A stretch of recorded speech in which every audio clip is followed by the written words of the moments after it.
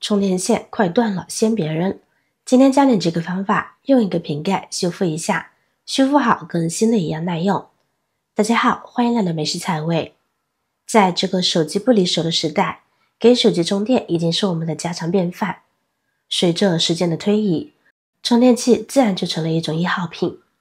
可能一部手机能使用3-4年都没有什么问题，但充电头和充电线却是很容易提前罢工的。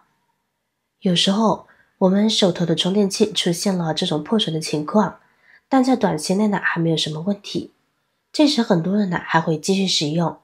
可实际上这样的做法存在很大的安全隐患，要是一直这样充，稍不注意就可能会酿成大祸。因此大家呢要特别注意，如果发现充电线出现了这几种现象，那么就需要修复一下了。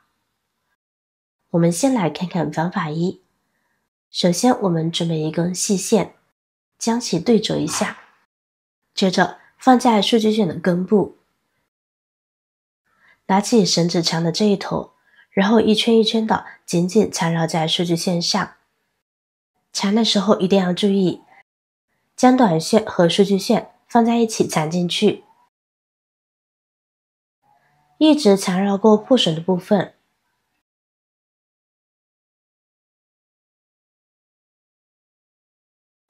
最后这里我们把绳子头穿过刚刚留下的孔里边，再拉下面的这根绳子，把线收紧，然后整理一下，把它收紧实一些，再用剪子剪掉多余的线头。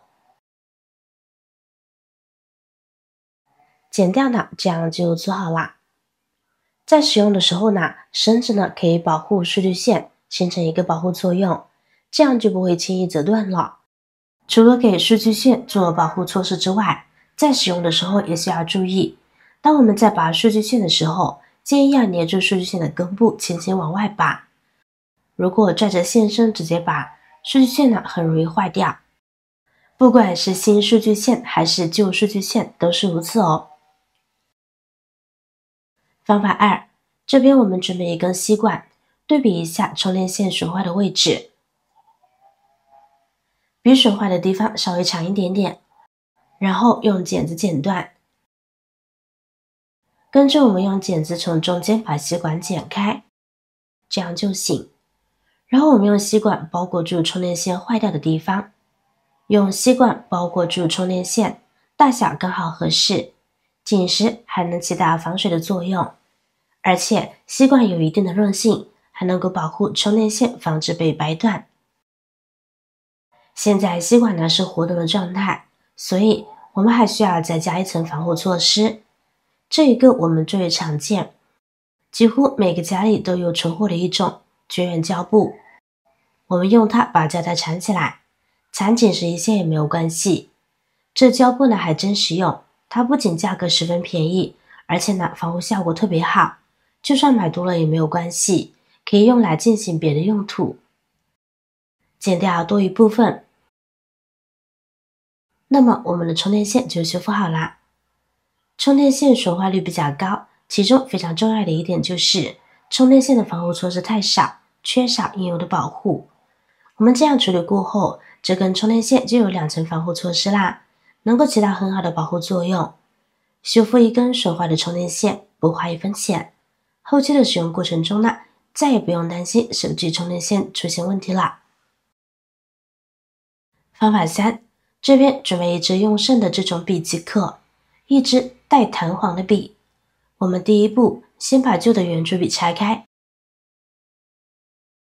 取出里面的弹簧，就是这狭小的弹簧就够了。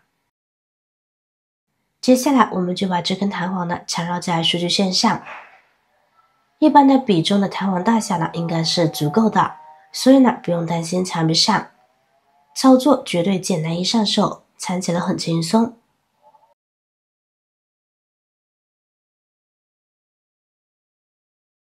缠好就是这样的。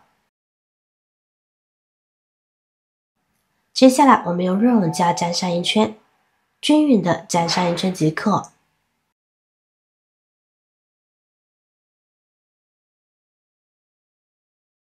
现在我们就等它冷却下来就好啦。与其经常抱怨自己数据线为什么爱坏，倒不如主动去发现问题和解决问题。如果你的数据线呢还没有坏，也可以提前给它做一层保护膜哦。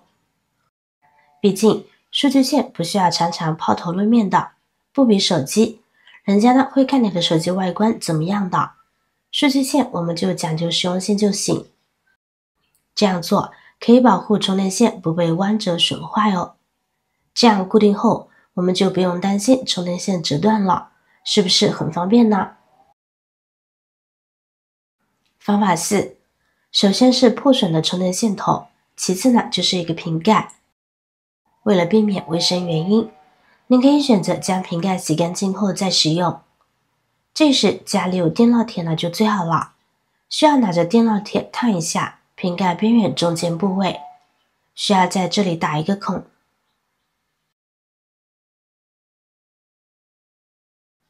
一边烫一边用充电线对比一下，刚好能够穿过呢就行了。如果家里没有电烙铁，可以用起子烧热后烫瓶盖呢是一样的效果哦。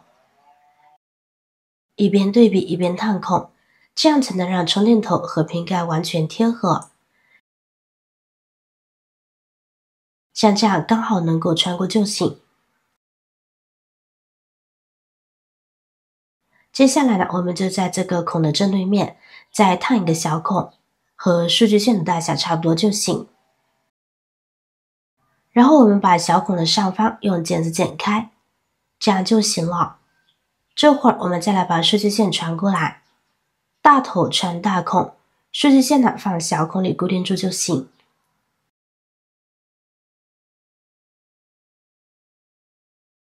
接下来将热熔胶置入瓶盖和线缆之间，然后等它起冷却。使用热熔胶这个步骤呢不是必备步骤，但是加上这个步骤之后，我们才能更好的固定住线缆，避免再次断裂。而且整个效果之后呢会更稳固，几多几少完全根据个人喜欢。现在我们就等它冷却凝固就好啦。修复后在实际操作你会发现，修复后的效果很不错，比原来的还要牢固。因为损坏的部分呢已经很好的固定，不会轻易的受到折磨，所以呢再次断裂的几率会小很多。用这种方法修复几乎没有，这样的效果不仅达到了我们想要的修复效果，还让我们节省了一根充电线的钱，划算也好用，对吧？除了这些方法，还有许多的小技巧哦，大家可以发挥想象力研究一下哦。如果你的充电线还没有加固，就快点行动吧。好了，今天的视频内容到这里就结束了。如果您那里有更好的建议，欢迎评论区留言随心进行分享。同时也希望大家能够多多点赞转发，使更多的人能够关注到这些实时动态。语文方便，语气方便，期待与您再度相逢，一同探寻更多的社会真相。我是瑶瑶，那么我们下期再见。